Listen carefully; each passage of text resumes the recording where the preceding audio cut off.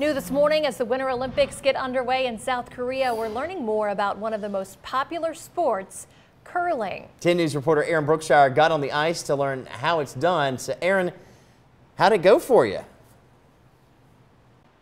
Well, I can tell you all, it's a sport that is much harder than it looks. Curling's only been a part of the Olympics for about 20 years, but has become extremely popular in the U.S., especially over the past few years. With no curling club in Roanoke yet, we headed to Richmond for a lesson on the sport. Invented in Scotland more than 500 years ago, curling has recently become a part of the Winter Olympic Games that people just can't get enough of.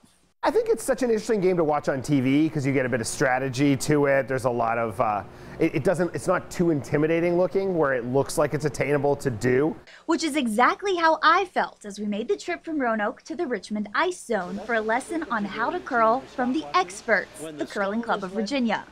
But as the team started prepping the ice, spraying tiny water droplets on the surface to keep it from being so slick, I realized I may be overestimating my abilities.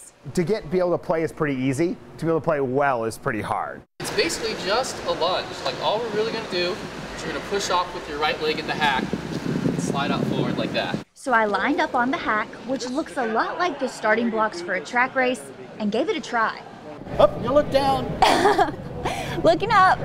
Okay, not too bad, but not nearly as good as our instructors. Mike has been curling for more than 40 years, and James says he got involved in curling like many of the other members on this team after watching it on the Olympics. But they say practice makes perfect, so with a 42-pound stone in one hand and my stabilizer in the other, I tried it again. Really good. Stay down. And again. Your head's not up. And again, this time letting go of the stone and pushing it towards the other end of the rink. And that's the goal here, ending the round with your team's stone closest to the center of the bullseye. It's a challenge that's already difficult, but would be nearly impossible without help from the sweepers. Those are the people that feverishly polish the ice, helping the stone travel further to just the right spot.